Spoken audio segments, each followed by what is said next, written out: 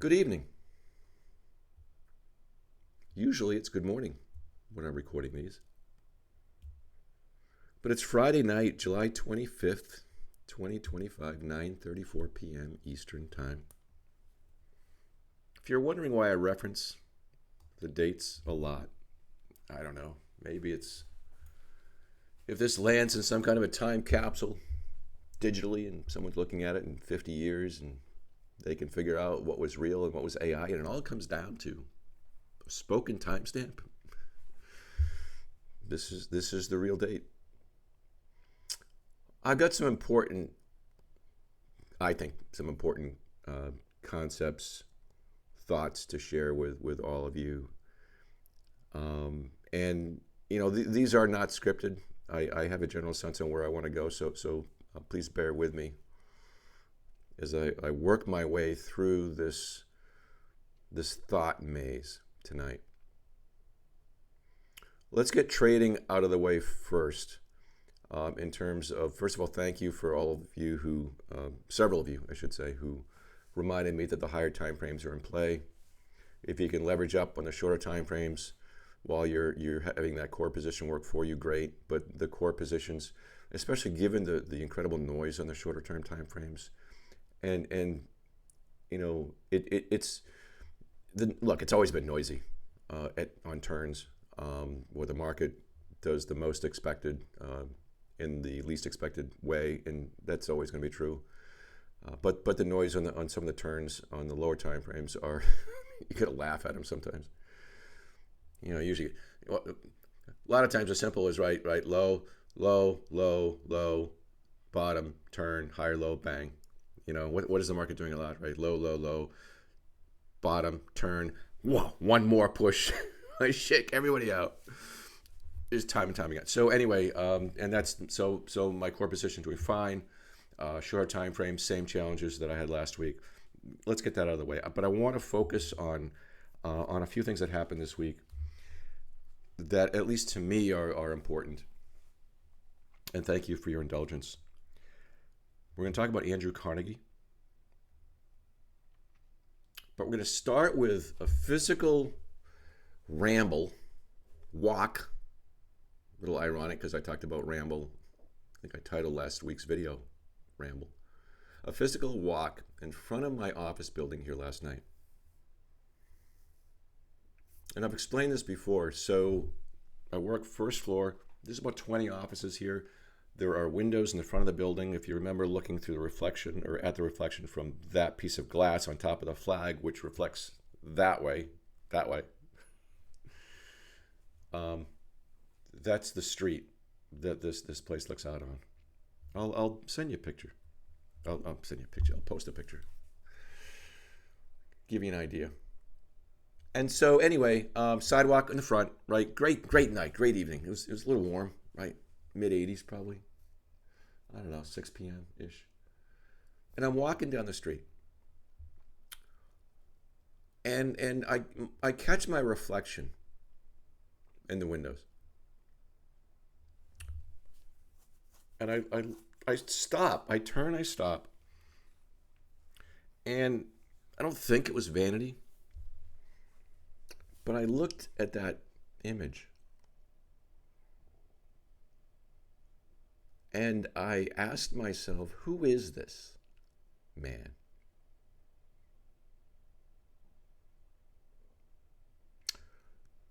First thing I notice, need a little bit of a haircut, but that's not the point, the color.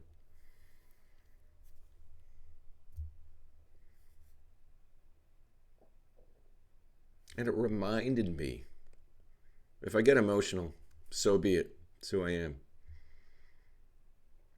It reminded me to make the best use of my time as possible. I've been given the gift of a pulpit. Years past, thousands would watch these. Very modest size now, which is great. But how do I use that? We kind of started getting into this last week, but what do I do? What do I do with this? if I'm going to continue to do it. I've said before, a little bit therapeutic. So I'm looking at this.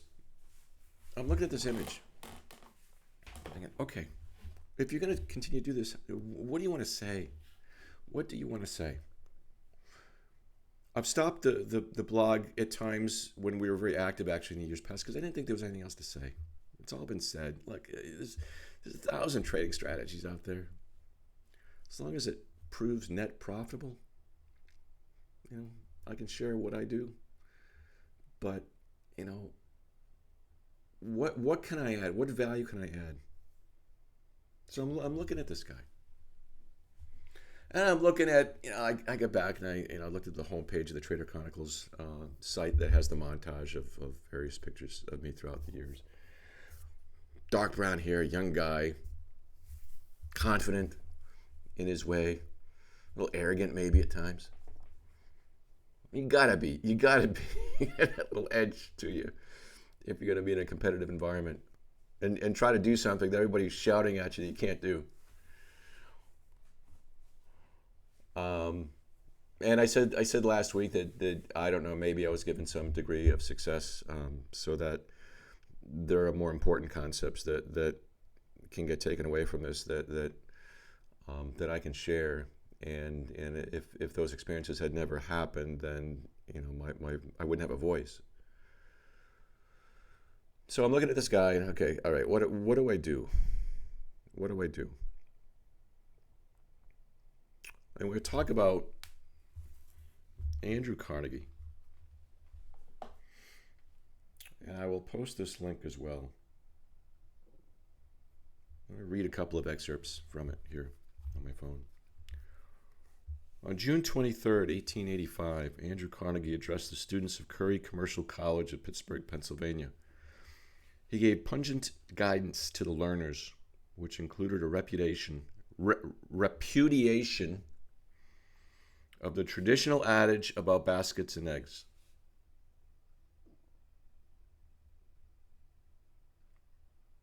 And here are some of the excerpts. The concerns which fail are those which have scattered their capital, which means they have scattered their brains also.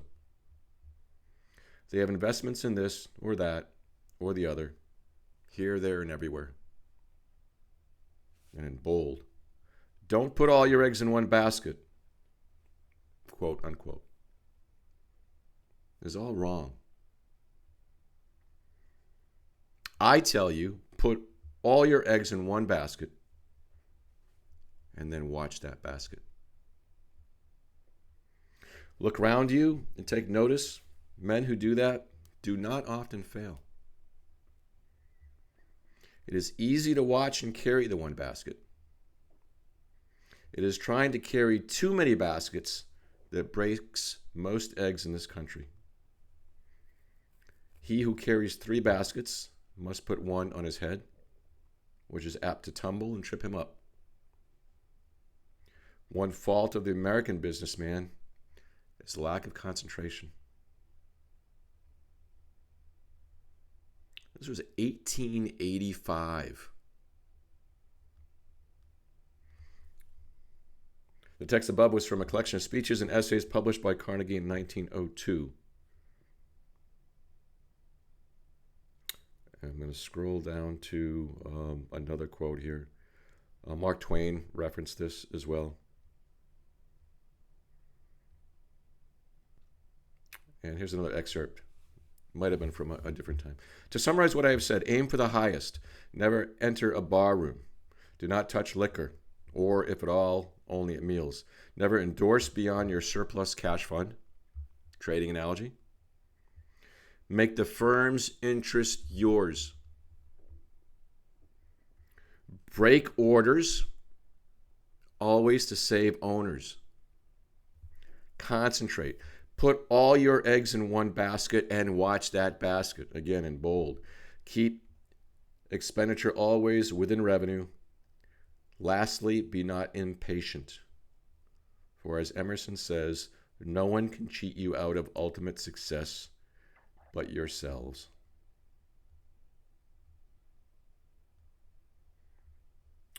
And finally, another paraphrasing of the same concept. There is always room at the top in every pursuit. Concentrate your energy and thought upon the performance of your duties.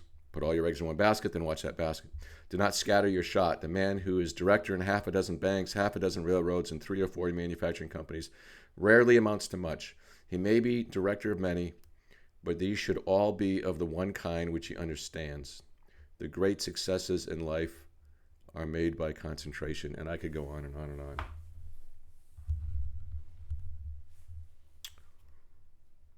That defines a good part of my life and a good part of my frustration, some of which I've shared in recent times, because I love a lot in life. I love, if we just look at the business front, obviously financial markets, trading, senior officer in a company, lots of irons. But getting back to that reflection, that is where I am now. And it's where I was when we all first got together, and most of us got together a couple of decades ago. Stepped out of the corporate world when I was frustrated with the split focus. Gave up the safe gig. Focused all my energies, day, night, 18 months, and did something that a rare handful have ever done. It was because of the focus. I was reading the last post of 2008 the other day, just to jog my memory. And there was something about, congratulating everybody who survived the year, and I met a goal and well beyond, and that continued in the next year and beyond. But it's like no one can ever take that away from me. I set out something, poured all my focus into it, got the emails in the middle of the night reminding me to watch my health. Can't trade multiple markets, multiple time zones, multiple continents. But I did, because that's what it took. That is what it took. And yeah, there was grace, there were mistakes, there was grace, there was overcoming mistakes, there was the grace of God, there was a hand of God, and all of that. But it took an inordinate amount of focus that few are willing to give, including me at times since then. So that was that example. This, an example. Pete Roberts. Referenced him a few times. Again, founder of Origin USA and Jocko Fuel, co-founder. Made the decision to give up being the head of Jocko Fuel because his focus was split. Took a lot of guts. Took a lot of balls. What are people going to think? Is it defeat? No. I've said, look, this is not sucking up, and I've told Pete this to his face. I said, I found him to be one of the smartest people I've ever met. I don't care about college. I don't care about degrees. It was a great call. My own personal frustration with not being able to be successful or as successful as I once was in another industry, because it's somewhat of an afterthought that I'm trying to force into a world. I can't. Carnegie. One basket. So again, let's look at the lesson here, for me anyway, and maybe for some of you out there.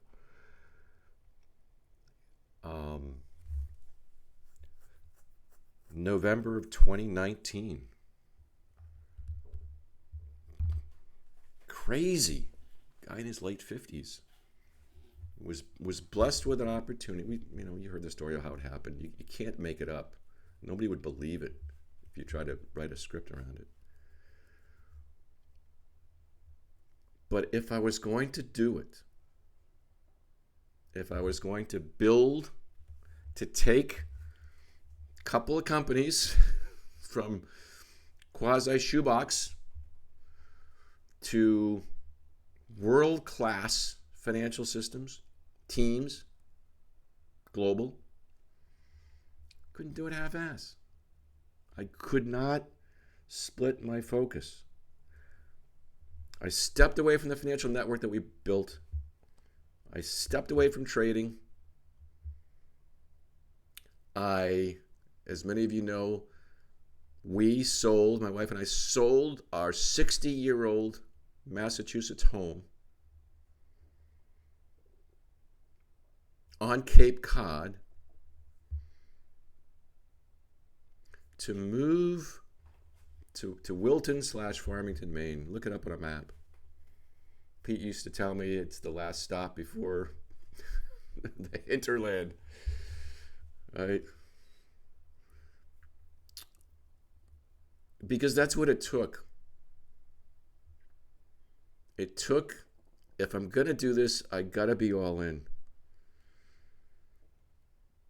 And so what's happened since then? Again, it's not about me. It's not about the experience, only to the extent that there's a lesson in here somewhere for all of us, including me, moi. This is right before COVID hit, and I've shared some of this with you folks before. But first, I don't know, 7-8 weeks. Goal number one: create records or recreate records that could pass audit for 2 years past. I'm just talking about an audit. I'm talking about an audit that would stand, investment. People looking to invest in the company. That's a high bar. And it was day night. I had an apartment at the time downtown Farmington, and literally I would be in the office, 5:30, 6 a.m. easily, working till probably 8 or 9 p.m. And then I'd go home, which was pretty much just a block away to my apartment, and I could keep working till I fell asleep, and I repeat the whole thing day over again, or over again the next day. Day after day. Now and then COVID hits, so I'm separated from my wife, who's still in Massachusetts at the time, and so that in irony allowed me the freedom and the flexibility to do what I had to do. So that was that time. My mom was passing at the same time, so we kind of got her up. Well, we got her up in Maine finally, and went through some tough times. Talk about split focus, right? But anyway, we built the financial systems for Origin and Jocko Fuel, and then fast forward to March 22, and this is public information, so I'm not sharing anything that shouldn't be shared. So Jocko Fuel gets a major $30 million investment by a New York private equity firm called Good Partners, GOODE. You can Google it. I was 22, so that was almost 3.5 years ago. And most of you folks know how PE firms work, right? Certain window of time, right? And get a return on your investment. That's what's happening right now. Which is the side result of the priority of just building a rock solid business, providing the best products possible, breaking the mold, doing that which other people won't do, products that don't have a bunch of crap in it, right? Only the best, and in navigating that maze to land where you want to land. With the byproduct certainly being, as I've said before, rewarding all those who have participated in this. And I had a decision to make with some really of my limited non-emergency funds at this point. And this is before I sold my Mass house. Was it before? Yeah. Well, no, maybe it was right after. And so I had the opportunity to invest myself in the company. Some others did as well. They said no. I said yes. And somewhere in the text that I was reading, there was that comment about aligning your interests with that of the firm. Now, the PE firm loved it. You know, I mean, the chief financial officer investing his own capital in the company, he ain't going to do that unless he believes in the future. And he's gonna hold himself accountable to this. You can't get in any better alignment. So I made that decision. It's provided me limited options elsewhere of what, of investment decisions. But I'm watching that basket. All of my eggs are in that basket. And when I've tried to balance another egg, be it trading or whatever else might be involved, go back to that text thread that talks about balancing that basket on your head. You just can't do it. It's going to break. It's going to break. So I go back to the reflection in the window. That lesson to me is so stark. Focus, concentration. Look, it's a challenge enough, we know, to live your life and to raise a family and the priority stack that I should have in my life, right? God, family, business, and I'm so keyed in on business that the top two certainly are left out from time to time, and my mind has to somehow keep trying to reverse that. But one basket. So my life right now is this. I live, breathe, eat, drink, literally. That's what I do. That is what I do. So when I go back to the question I was asking myself at the end of last week's video of, is it important that I succeed in the trading world right now? No.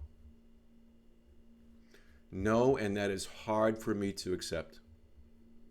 Competitive, type A, I know what my capabilities are, but it is so freaking hard for me to accept.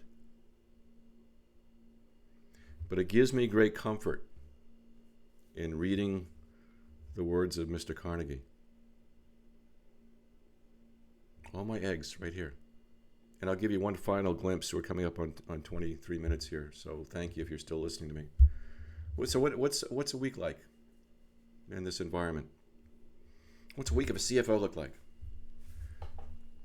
Well, it actually, it kind of, it starts Sunday. We do in-depth review of our sales reports. By the way, the fastest growing company, if not one of the fastest growing companies in the world, protein, energy, all that. We talked about that. We have a total employee count of just over 40. Total employee count of over 40. Hundreds of millions of dollars of revenue. 40. 40. Or is it this? 40. Finance team of 4. We've gone from 0 to 1 to 2 to 3 to 4 over the past 5 years. 4. So we do sales analysis Sundays. Team gives up part of the weekend. So everybody can come in Monday morning, have a deep dive, data, analytic, not just the numbers, but the story behind the numbers. What happened in each channel? What products stood out, right? What challenges did we have? How do we do versus targets, right? Never provide data without the story. So that's done. That starts the week. Monday morning, I have a one-on-one call with my CEO.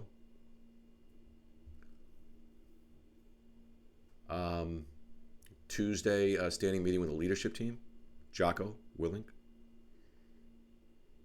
and the C-suite.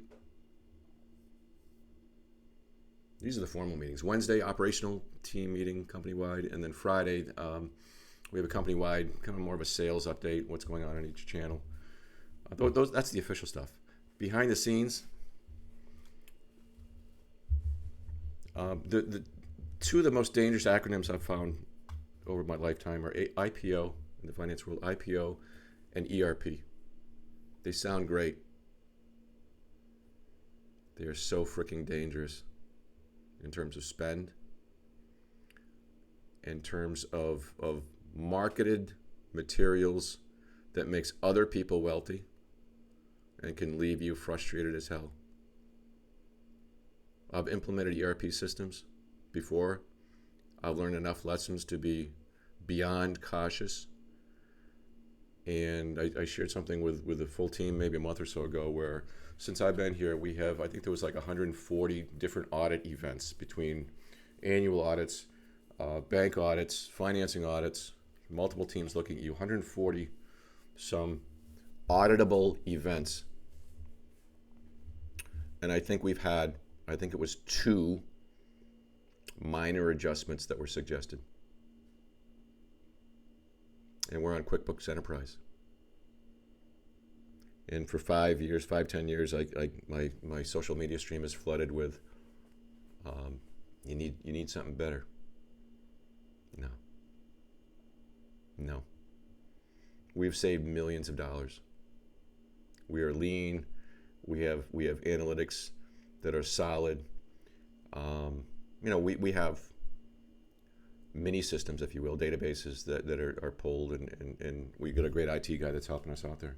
But I would stack our financials up against anybody in the world. It's world class team of 4. Anyway, one basket. This is my focus right now. For another couple of years, perhaps.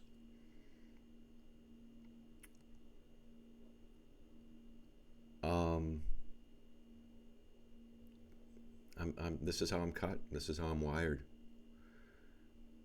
I never stop thinking about it. We have a board meeting, Q2 board meeting on Monday. They have it. They have all the information. We're going to talk Monday. I'm looking forward to it. I get goosebumps because it's so heartening to be a part of that. It's the window I'm in right now. It's the basket I'm in right now. Look, what would I like people to take away from this? When my time is finally up, I don't want to be known as the flash in the pan trader that did some great things, told people how he did it. It's not. It's a shared experience. It's the network of characters and character.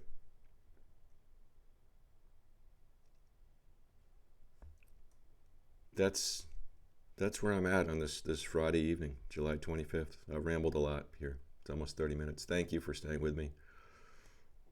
Feedback's great. Appreciate it. You'll find me in the basket, and we'll hopefully keep the dialogue going. I love you all. Thank you. Have a great night.